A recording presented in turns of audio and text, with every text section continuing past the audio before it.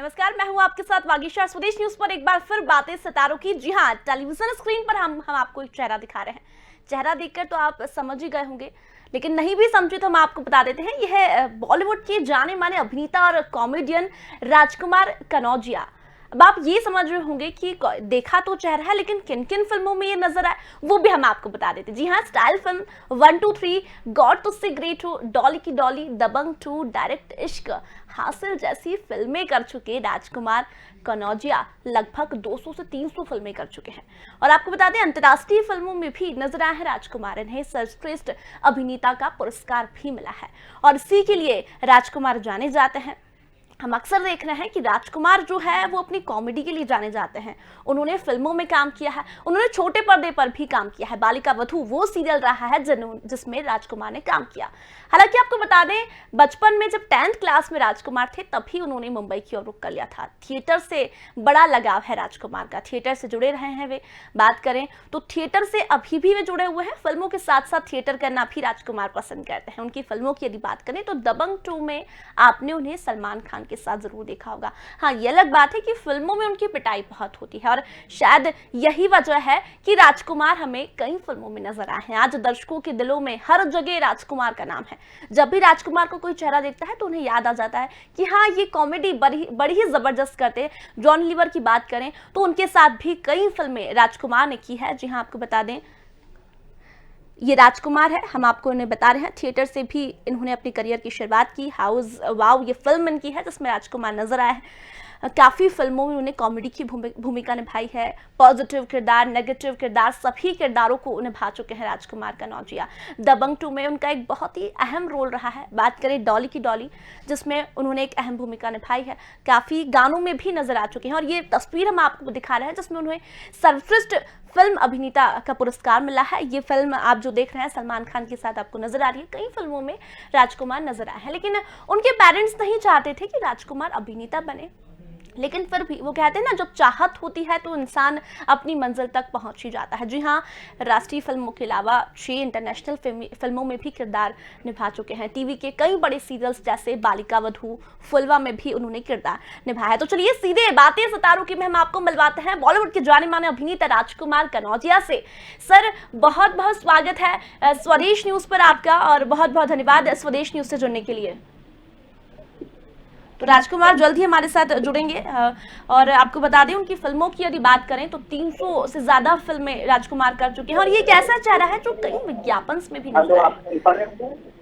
जी, राजकुमार शायद हमारे साथ जुड़ चुके हैं, लेकिन राजकुमार हमें दिख नहीं पा रहे, अब दिख रहे हैं। सर, बहुत बहुत स्वागत है स्वदेश न्यूज से जुड़ने के लिए और बहुत बहुत धन्यवाद। जब ऐसे चेहरों को हम अपने स्क्रीन पर देखते हैं तो एक अलग ही खुशी महसूस होती है। जी, बहुत बहुत धन्यवाद। लेकिन मैं वापस चाहता हूँ, मैं तो देख नहीं पा रहा हूँ और सुन पा रहा हूँ ऑडियो के माध्यम से। अगर देख पा रहा तो अच्छा रहता। क्या मैं सुन देख पाऊंगा आपको सुनने के साथ साथ? बिल्कुल, मैं आपको देख पा रही हूँ राजकुमार, मैं आपको बिल्कुल देख पा रही हूँ और दर्शक भी आपको देख पा रहे हैं। और मैं चाहूंगी कि राजकुमार से हम बहुत सारी बातें करें। उससे पहले जो सिचुएशन अभी चल रही है, पैंडेमिक सिचुएशन है, लोग घरों के अंदर है, ऐसे में चर्चा से पहले क्या कुछ संदेश जिससे लोगों के अंदर पॉजिटिविटी आए, एक हंसी खुशी, और कहते हैं ना, हंसना मुस्कुराना बहुत जरूरी है, और जो सिचुएशन चल रही है उसके मुताबिक।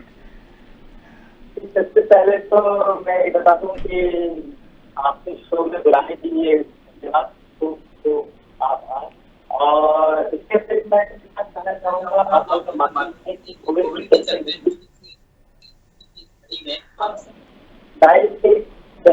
ये एक बहुत अच्छी कहावत है जो उसके अंदर वाकई ये सिर्फ है कि लाइफ कंटेंट होता है और इससे बेहतर और कुछ है ही नहीं। तो जब क्योंकि जिंदगी खूबसूरत है। राजकुमार, आपकी आवाज तो मुझे पहुंच पा रही, लेकिन आपकी आवाज बहुत ज्यादा ब्रेक हो रही है। आई थिंक लगता है नेटवर्क इशू। थोड़ा सा अगर आप लाउड बोलेंगे तो मैं भी सुन पाऊंगी और दर्शक भी सुन पाएंगे।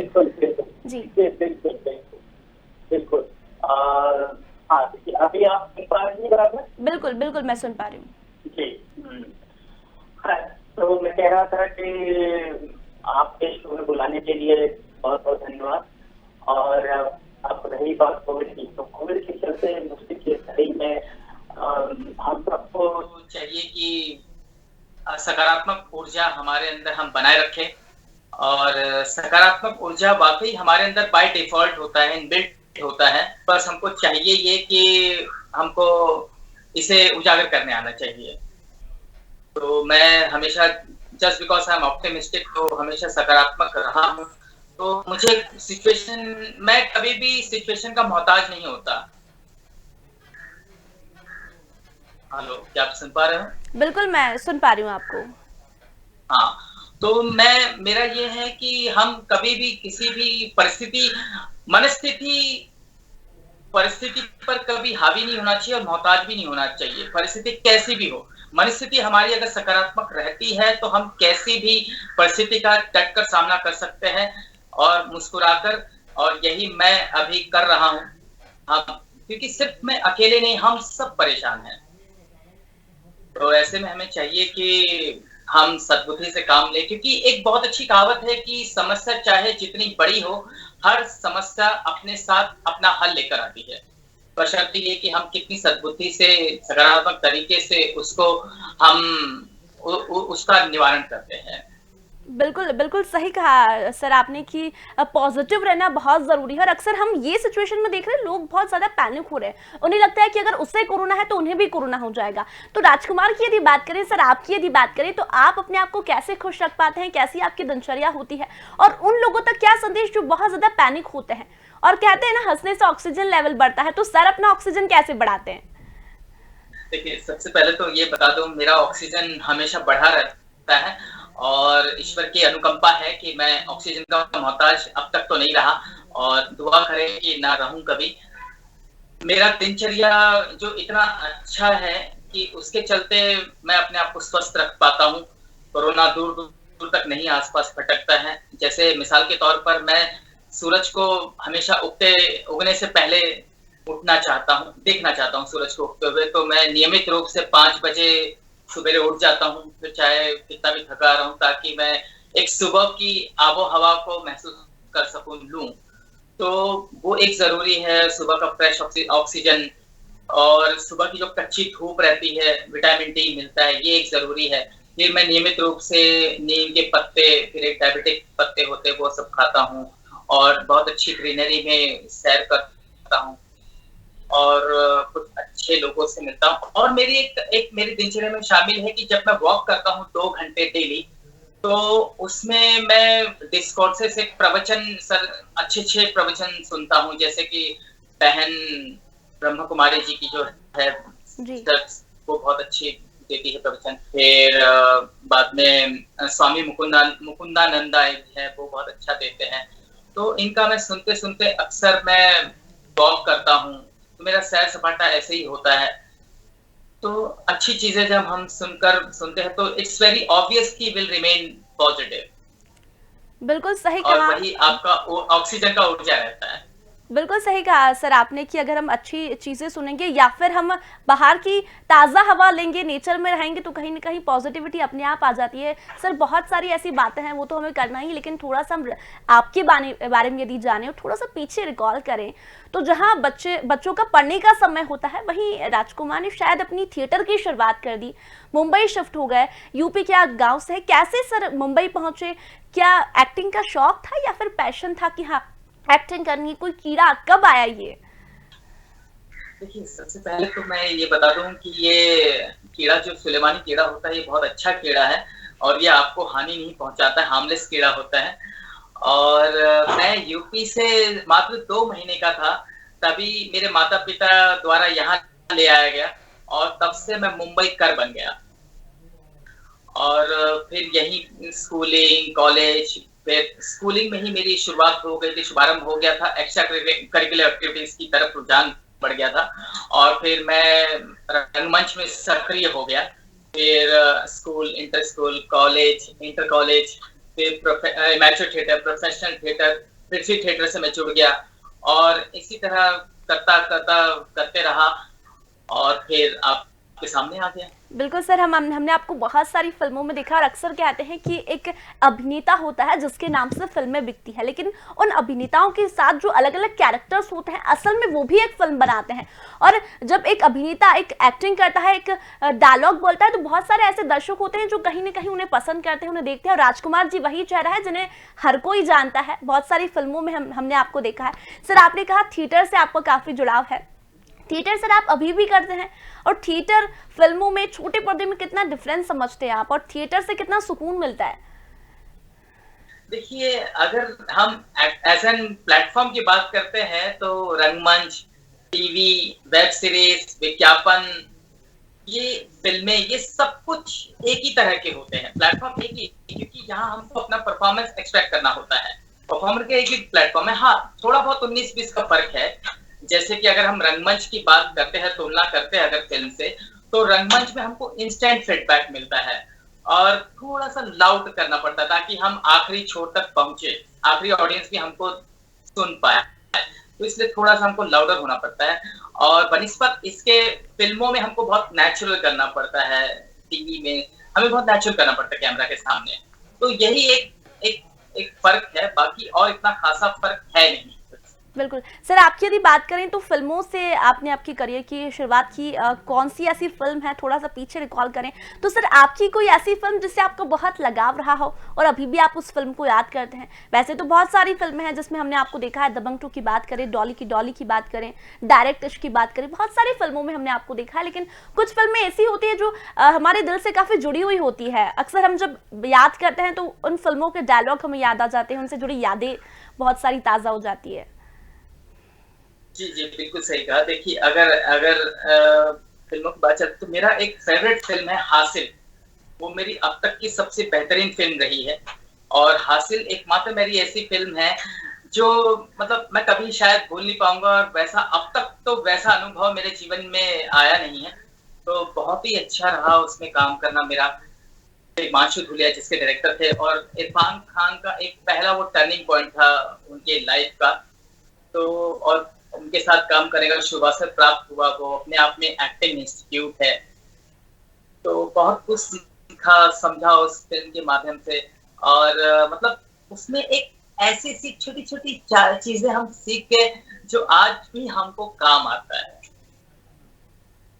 बिल्कुल बिल्कुल सही कहा सर आपने। सर आपकी यदि बात करें तो हम अभी मैंने कहा कि बहुत सारे ऐसे अभिनेता होते हैं जिनके नाम से फिल्म बिकती है।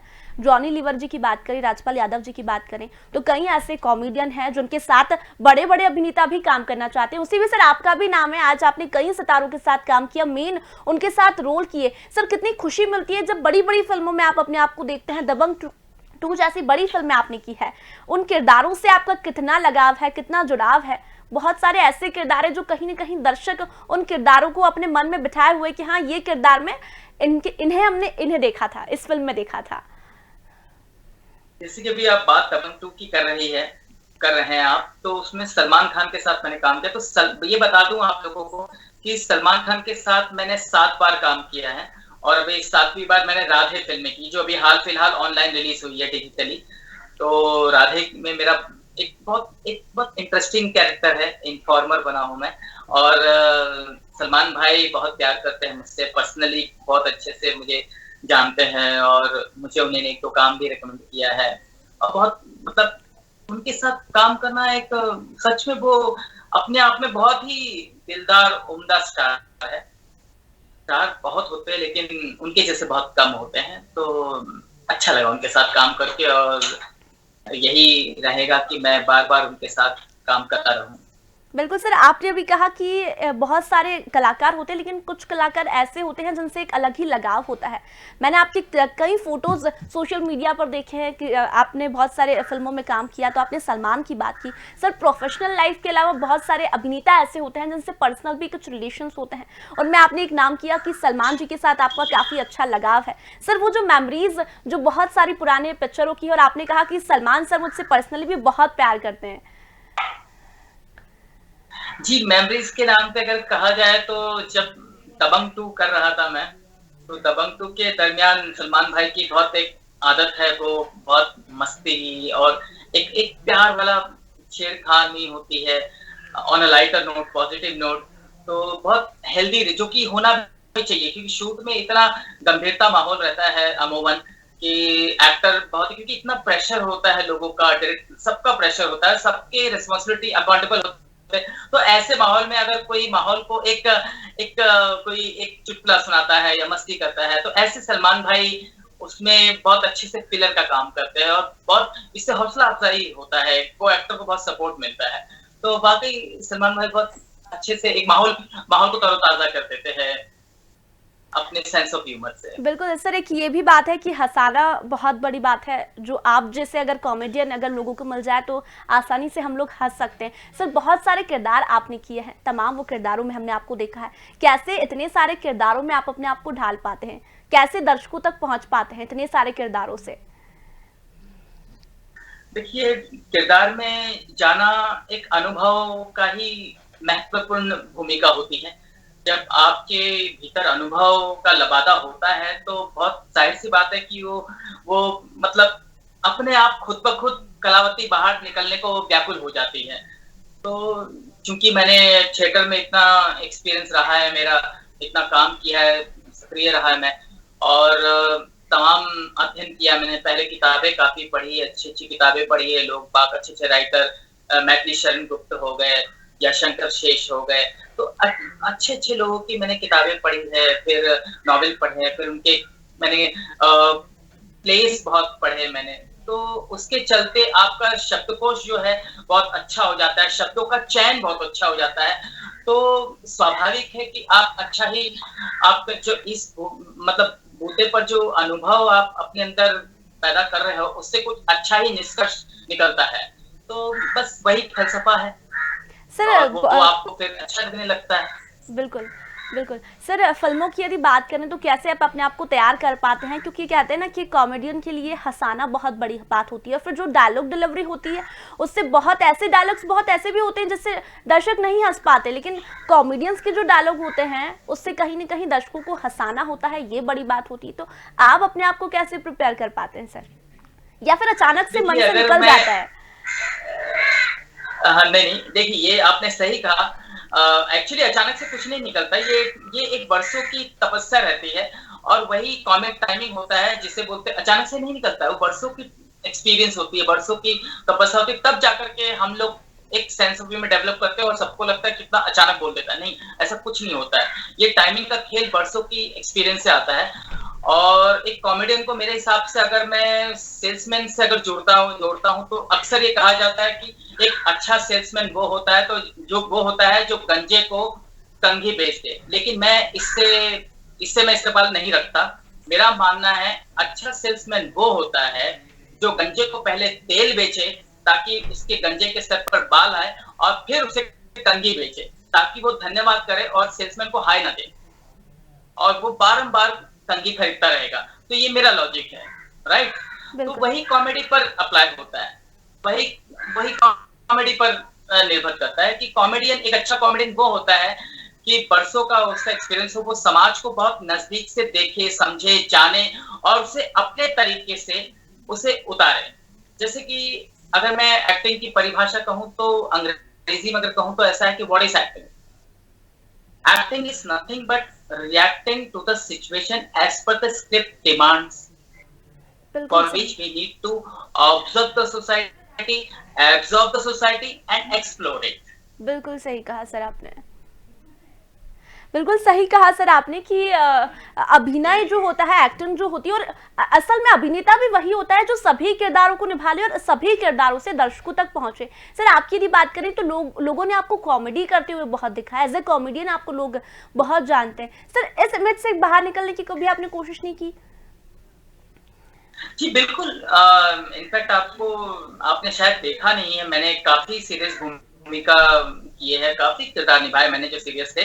मैंने एक फिल्म की थी जो इतनी चली नहीं, 99.9 FM, जिसमें मैं मेन विलन था।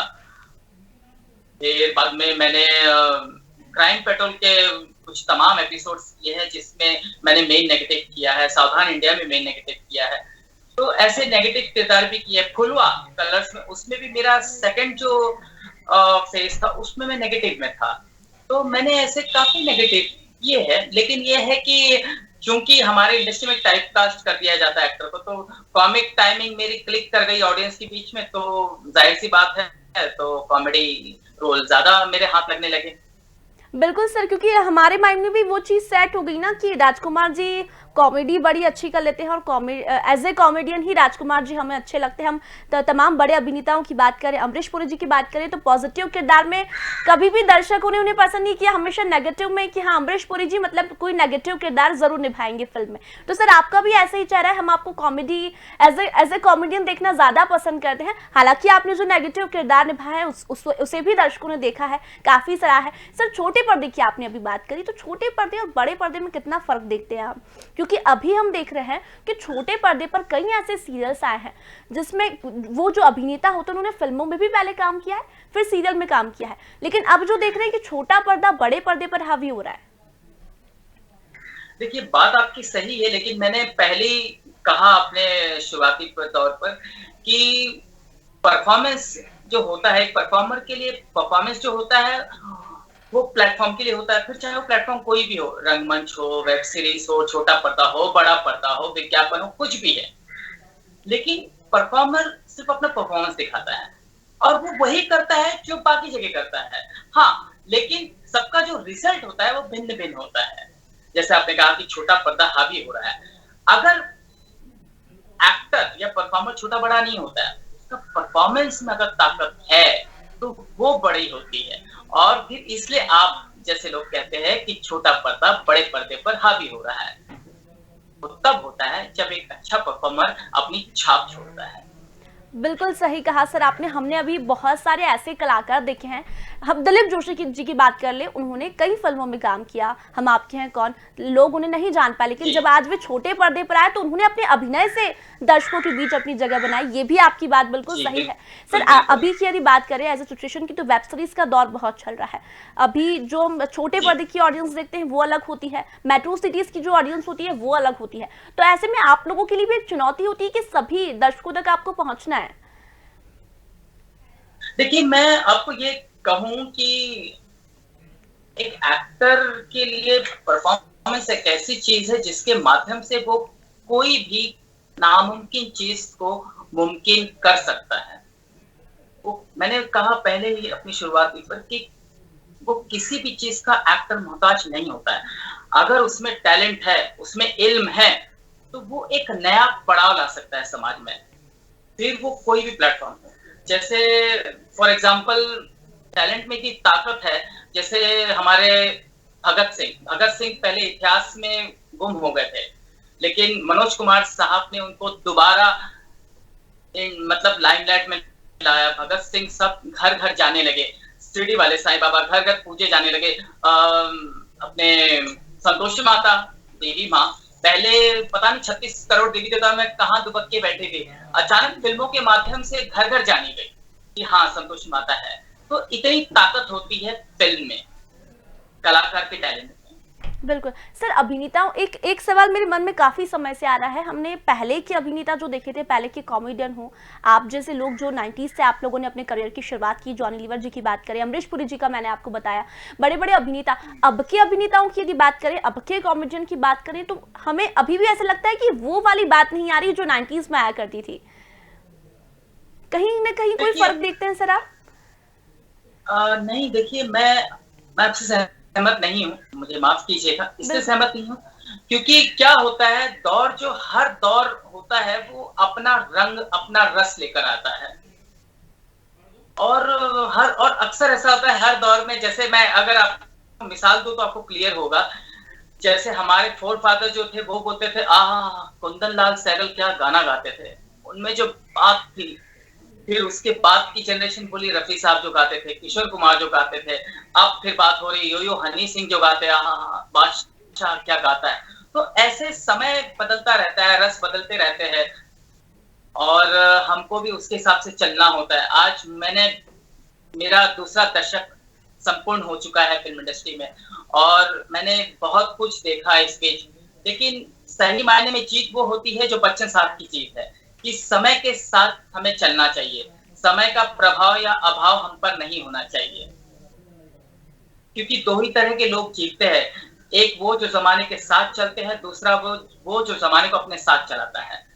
तो फिलहाल मैं जमाने को अपने साथ चला नहीं सकता हूँ, इसलिए चुपचाप जमाने के साथ चल रहा हूँ। बिल्कुल सही कहा सर, यही सवाल मेरे मन में काफी समय से आ रहा था कि दौर के हिसाब से लोगों को चलना चाहिए, और अब अभी हम चल भी रहे हैं। जो दर्शकों को पसंद आता है वो हम उन्हें देने की कोशिश करते हैं। सर समय बहुत कम है, मैं चाहूंगी कि राजकुमार जी आगे कौन सी फिल्मों में आने वाले हैं ये दर्शक जानना चाहते हैं, और जाते जाते अपनी फिल्म का कोई डायलॉग जिससे जो तमाम दर्शक आपको देख रहे हैं उनके चेहरे पर भी स्माइल आ जाए और कुछ संदेश उन तक पहुंच जाए। जी, सबसे पहले तो जैसे आप वेब सीरीज की बात कर रही थी, एक बहुत अच्छा मेरा वेब सीरीज है, वो आप देख सकते हैं, डिजिटल अवेलेबल है। उनका नाम है मुल्ला नसरुद्दीन। तो ये एक बहुत अच्छी इतिहास की शख्सियत की, जो कि पहले रघुवीर यादव ने इनको परफॉर्म किया था, अब मुझे परफॉर्म करने का टाइटल रोल कर रहा हूँ मैं मुल्ला नसरुद्दीन जी का। तो वो एक है, आप देख सकते हैं। फिर मेरी फिल्में हैं अच्छी, एक मराठी फिल्म मेरी आ रही है वड़न नाम से, जिसमें मैं सेकंड हीरो हूँ जी। और फिर एक फ्लेम नाम की फिल्म है जिसमें मेरा बहुत अच्छा किरदार है, मैं हीरोइन के साथ बराबर की भूमिका है मेरी, उसमें बतौर चरित्र अभिनेता है मेरा रोल। तो ऐसे और भी कुछ एक फिल्में हैं जो मुझे अभी नाम जुबान पे नहीं आ रही है। अब रही बात, आपने कहा कि कुछ मैं आपको सुनाऊं। बिल्कुल सर। तो मेरी एक तमिल फिल्म है, मैंने उसमें तमिल फिल्म में मैंने एक डायलॉग बोला था, वो मुझे अच्छे से याद है क्योंकि मैंने कंठस्थ कर रखा था जी। तो वो मैं सुना रहा हूँ आपको। बिल्कुल तो उसकी थोड़ी मैं पृष्ठभूमि बता दूं बिल्कुल रोल के बारे में। वो है कि मैं एक हनुमान हूँ, हनुमान की भूमिका निभाई थी मैंने, इसलिए मैं एक हनुमान हूँ और सीता माई के पास जाता हूँ और बोलता हूँ, ये सीता माई, ये सोने की अंगूठी है जो भगवान श्री रामचंद्र जी ने आपके लिए स्मृति चिन्ह भेजा है, तो प्लीज मैं आपको रावण के चंगुल से छुड़ाने आया हूँ, चलिए मेरे साथ जी। तो अब ऐसा होता है कि हमको साउथ की फिल्मों में बहुत लाउड एक्टिंग करनी पड़ती है, तो इस तरह से मैंने वहां भूमिका निभाई थी। प्लीज बहुत फरमाइएगा जी।